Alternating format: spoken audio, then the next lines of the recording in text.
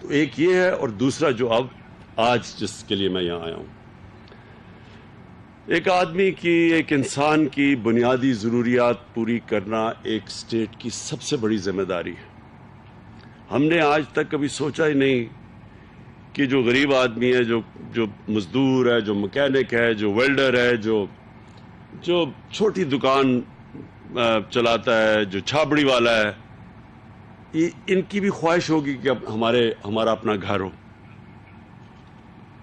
سب سے بڑی چیز ہوتی ہے کہ میں چلے سارا دن محنت کرتا ہوں، جو بھی کرتا ہوں، شام کو ایک ایسی جگہ پہ جاؤں جو میرا گھر ہو۔ یہ سارے انسانوں کے اندر یہ سب سے بڑی خواہش ہوتی ہے، اور سب سے بڑی ایک انسان کو انسیکیورٹی، یعنی ایک خوف ہوتا ہے سب سے بڑا کہ میرے اور میری بیوی بچوں کے سر پہ چھت نہ ہو۔ یہ سب سے بڑا خوف ہوتا ہے۔ کوئی اندازہ نہیں لگا سکتا کہ جب کوئی برا وقت آتا ہے، مثلا زلزلہ آتا ہے، سیلاب آتے ہیں، اور جس طرح پختونخوا میں قبائلی علاقے کے اندر جب وہ جنگ ہوئی تو ایک دم لوگوں کو سب کچھ چھوڑ کے نکلنا پڑا، اور ایک دم وہ کیمپس میں چلے گئے۔ یہ جلو زئی میں بھی افغان بیچارے جب وہاں سے آئے تھے مشکل وقت میں، وہ بھی یہاں رہتے تھے، لیکن وہ تو پھر بھی وہ ان کے سر پہ چھت تھی۔ لیکن یہ جو خوف ہے، یہ سب سے بڑا خوف ہوتا ہے، اور ہمارے کبھی بھی کسی حکومت نے یہ سوچا ہی نہیں کہ وہ بیچارے ان لوگوں کے لیے ہم کیا کریں۔ تو یہ پاکستان کی تاریخ میں پہلی دفعہ ہو رہا ہے۔ ایک جو پرائم منسٹر جنیجو تھے، انہوں نے کوشش کی، وہ فیل ہو گئی تھی ان کی اسکیم، کیونکہ انہوں نے جدھر گھر بنا دی ادھر لوگ رہنا ہی نہیں چاہتے تھے۔ ہم جو یہ اسکیم لے کے آ رہے ہیں لو کاسٹ ہاؤسنگ کی، پہلے ہم نے پوری سروے کی ہوئی ہے، رجسٹر کیا ہوا ہے، ہمارے پاس رجسٹرڈ ہیں لوگ جو کہ گھر، ایک چھت چاہتے ہیں، ایک گھر چاہتے ہیں۔ تو اس کے بعد پھر ہم نے ادھر سے شروع کیا۔ اب ظاہر ہے گورنمنٹ کے پاس تو پیسے نہیں کہ ہر آدمی کو گھر بنا کے دے دیں۔ کوئی بھی دنیا میں گورنمنٹ یہ نہیں کر سکتی۔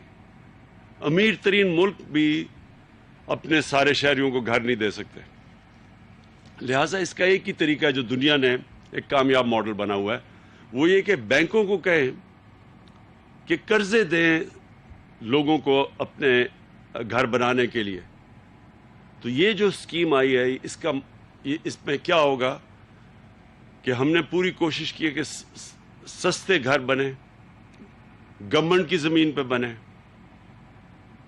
کیونکہ اگر زمین بھی خریدنی پڑے اس کی قیمت بہت اوپر چلی جائے۔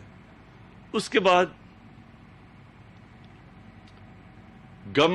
فیڈرل گورنمنٹ، ہم ہر گھر کے اوپر 3 لاکھ روپے دے رہے ہیں کہ اگر گھر کی قیمت 25 لاکھ ہے تو وہ نیچے آ کے 22 لاکھ ہو جائے۔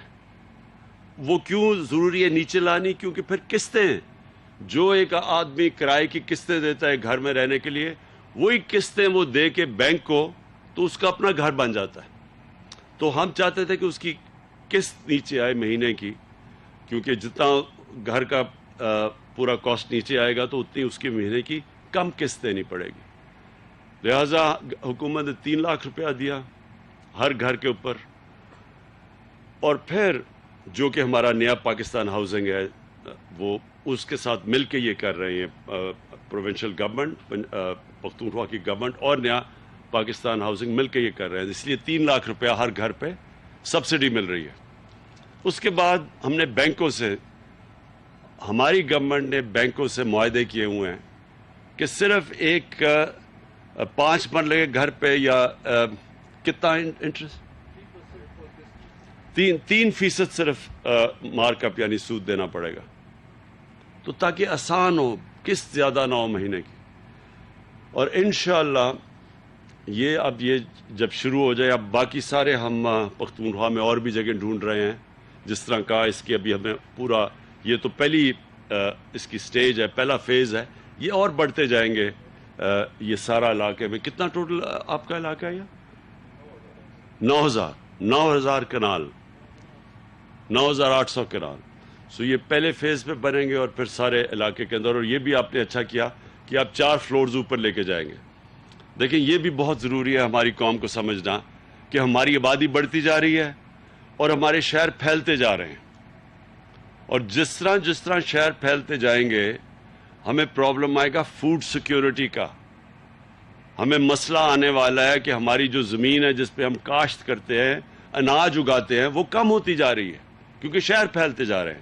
اس لیے ساری دنیا میں انہوں نے اس کا طریقہ ایسے نکالا تھا کہ وہ اوپر جانا شروع ہو گئے، بجائے یہ کہ ادھر پھیلیں وہ ہائی رائزز کی طرف جائیں، اونچی بلڈنگز کی طرف جائیں. تو اس کی ہمیں عادت ڈالنی پڑے گی. کئی لوگوں کو ابھی تک عادت نہیں ہے لیکن یہ ڈالنی پڑے گی کیونکہ وقت کی ضرورت ہے. ہم اور زمین اپنی نہیں اس صرف ہاؤسنگ کے لیے استعمال کر سکتے. ہم نے اپنے ساری عوام کو ان کو کھانا بھی دینا ہے، ان کی فوڈ سیکیورٹی کا بھی دھیان رکھنا ہے. تو انشاءاللہ یہ جو ہماری اسکیم ہے یہ اب چل پڑی ہے. میں پھر سے کہتا ہوں دیر اس لیے لگی کیونکہ بینک پیسے دینے کے لیے تیار نہیں تھے، اب تک قرضے دینے کے لیے نہیں تیار تھے. بینک کیوں نہیں تیار تھے؟ کیونکہ ایک قانون تھا پھنسا ہوا تھا، پتہ نہیں 11-12 سالوں سے پھنسا ہوا تھا عدالتوں میں، جس کو کہتے ہیں فور کلوجر لا.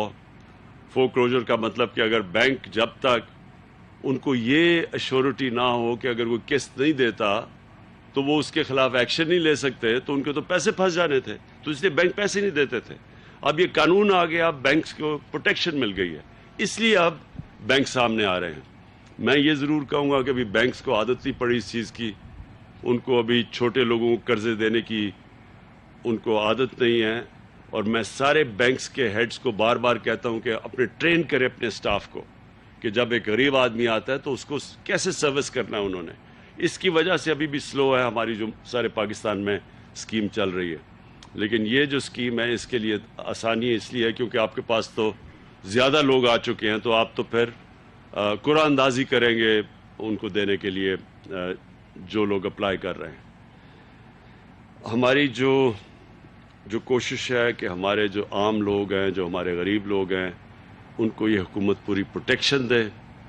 میں آج پختونخوا حکومت کو خاص طور پہ خراج تحسین بھی پیش کرتا ہوں، مبارک بھی دیتا ہوں کہ انہوں نے جو ہیلتھ کارڈ دیا ہے، جو ہیلتھ انشورنس ہے، آپ کو پتہ نہیں اس چیز کا علم ہے یا نہیں، امیر ترین ملک بھی سارے شہریوں کو ہیلتھ انشورنس نہیں دے سکتے. یہ بہت بڑی آپ نے سٹیپ اٹھایا ہے، اور کیونکہ اس سے اللہ سب سے زیادہ خوش ہوتا ہے. اللہ تو خوش ہوتا ہے جب آپ اس کی مخلوق کی مدد کریں، اور خاص طور پہ دکھی انسانیت کی. جب ایک گھر کے اندر بیماری ہو اور ان کے پاس پیسہ نہ ہو، اس سے بھی بڑی بے بسی نہیں ہوتی لوگوں کے اوپر. شوکت خانم میں نے اس لیے بنایا تھا کہ کینسر کا بڑا مہنگا علاج تھا، تو غریب آدمی کے گھر کینسر ہو جائے وہ تو بیچارہ مقروض ہو جاتا تھا، سب کچھ بیچ دیتا تھا اور پھر بھی علاج نہیں کروا سکتا تھا. تو یہ جو آپ نے ہیلتھ انشورنس دی ہے محمود خان، آپ نے پہلا صوبہ سارے پاکستان میں جس نے سارے اپنے شہریوں کو 10 لاکھ روپے ہر خاندان کے پاس آپ نے دے دیا ہے ہیلتھ کارڈ کے ذریعے کہ وہ جا کے کسی بھی ہسپتال میں اپنا علاج کروا سکتے ہیں. یہ سارا ہیلتھ کا سیکٹر میں انقلاب آپ لے آئے ہیں. اس سے اب ہسپتال بنیں گے سارے علاقوں میں. گورنمنٹ تو اتنے ہسپتال نہیں بنا سکتی. ہمارے تو پاس مشکل سے پیسے ہیں جو ہسپتال بنے ہوئے ہیں انہیں صحیح طرح چلائیں، لیکن پرائیویٹ سیکٹر آ کے ہسپتال بنائے گا کیونکہ اب ہیلتھ کارڈ آ گیا لوگوں کے پاس. تو یہاں جلو زئی جیسے علاقے میں بھی جو کبھی کسی نے ہسپتال نہیں بنانا تھا، اب وہ آ کے بنائیں گے کیونکہ ان کو پتہ ہے کہ لوگوں کے پاس ہیلتھ کارڈ ہے، لوگ پیسہ دے سکتے ہیں ان کو. اس سے انشاءاللہ ایک ہسپتالوں کا جال پھیلے گا پاکستان میں، اور پرائیویٹ سیکٹر آئے گا. ان کی اور بھی ہم مدد کر رہے ہیں، سستی ان کو زمینیں دیں گے ہسپتال بنانے کے لیے. ڈیوٹی فری جو پاکستان میں کوپنڈی بنتی وہ بلوائیں گے. تو ایک یہ دوسرا آپ کا ہیلتھ کارڈ ہے. تیسرا پناہ گاہ ہے. یہ بھی بڑا زبردست کام ہے، اور یہ بھی انشاءاللہ ہماری کوشش ہے کہ سارے پاکستان میں یہ پھیل جائے کہ مزدور بیچارے جو دور دور سے آتے ہیں کام کرنے کے لیے، دہاڑی لگانے کے لیے، پیسے بنائیں تاکہ اپنے بیوی بچوں کو پیسہ بھیجیں. تو ان کے لیے تو بہت بڑی سہولت ہے کہ وہ آ کے ایک پناہ گاہ میں رہ سکتے ہیں، اور ان کو کھانا بھی وہاں مفت ملتا ہے، وہ ان کو کرایہ بھی نہیں دینا پڑتا، ان کو اچھی وہ نہا دھو بھی سکتے ہیں، اور وہ پھر جو پیسہ بچتا ہے وہ سارا اپنے بیوی بچوں کو دیتے ہیں. یہ بھی ایک اللہ کی طرف سے زبردست سہولت ہے، اور اس میں پختونخوا پوری شرکت کر رہا ہے. اور میں یہ چاہتا ہوں کہ کہ ابھی سے آپ کو لوکیٹ کرنی چاہیے جگہ. کاظم آپ کو دیکھنا چاہیے کہ جدھر جدھر بھی مزدور جاتے ہیں شہروں میں، چھوٹے شہروں میں کام کرنے کے لیے، ادھر وہ جگہ آپ کو لوکیٹ کرنی چاہیے. اور یہ بھی اللہ کا کام ہے، اس میں بھی انشاءاللہ اس کی برکت آئے گی ہمارے ملک کے اوپر. اور پھر ہم نے اب وہ جو نیا بھی شروع کیا ہے، انشاءاللہ یہ بھی کوئی بھوکا نہ سوئے، کہ ہمارے پاس موبائل کچنز ہوں جو جائیں سارے، جو پتہ ہو ایک روٹ پہ چلیں ہر روز، جو غریب علاقے ہیں، تاکہ وہ جب وہاں رکتے جائیں اور جو لوگ بیچارے، کسی کو یہ نہ ہو کہ وہ بیچارہ رات کو بھوکا سوئے. تو یہ بھی ایک میری خواب ہے. اور انشاءاللہ یہ بھی جب ہم ریاست مدینہ کی بات کرتے ہیں تو اس میں یہ چیزیں تھیں. ریاست مدینہ کے اندر انسانیت تھی، ایک انسانیت کا نظام، ایک فلاحی ریاست بنی تھی. پیسے نہیں تھے ان کے پاس تب، لیکن انہوں نے راستہ دکھا دیا تھا کہ ہم نے اپنے ایک انسانیت کا نظام بھی بنانا تھا اور قانون کی بالادستی قائم کرنی ہے. یہ دو چیزیں ہیں جس کی وجہ سے دنیا کی تاریخ کا سب سے بڑا انقلاب آیا تھا وہاں. اور ہم جس طرح علامہ اقبال کہتے ہیں کہ جب بھی ایک مسلمان معاشرہ جب بھی وہ اوپر آیا ہے تو وہ وہی مدینہ کے ریاست کے اصولوں کے اوپر جا کے تو تب وہ واپس اوپر آئے جتنا بھی نیچے گرتا گیا ہو. اور یہ نہیں کہ صرف مسلمان، جو بھی قوم ان اصولوں کے اوپر چلے گی وہ اوپر آ جائے گی. تو آج جو آپ قومیں اوپر دیکھ رہے ہیں، آپ جب سٹڈی کریں گے ان کو تو آپ کو پتہ چلے گا کہ ان اصولوں پہ چلے گئے ہیں جو کہ مدینہ کے اصول تھے. آپ اسکینڈینیویا میں جا کے دیکھیں، آپ کو حیرت ہوگی. جب محمد عبدو ایک بہت بڑا مسلمان اسکالر تھا، جب وہ پہلی دفعہ گیا یورپ، آج سے کوئی 125 سال پہلے مصر سے وہ گیا، تو اس نے کہا یورپ میں یہاں تو مجھے کوئی مسلمان تو نہیں نظر آئے، لیکن بڑا اسلام نظر آیا. اور جب واپس مصر گیا کہتا مسلمان تو بہت ہیں، بہت کم اسلام ہے. تو اللہ کے نے تو اصول بنائے ہوئے ہیں، جو اصولوں پہ چلے گا اللہ کی برکت بھی آئے گی اس قوم پہ، اس قوم کو عزت بھی ملے گی. تو میں آج آپ کو مبارک دیتا ہوں پھر سے، یہ جو آپ نے بہت زبردست جلوزئی میں انیشیٹو کیا ہے. شکریہ.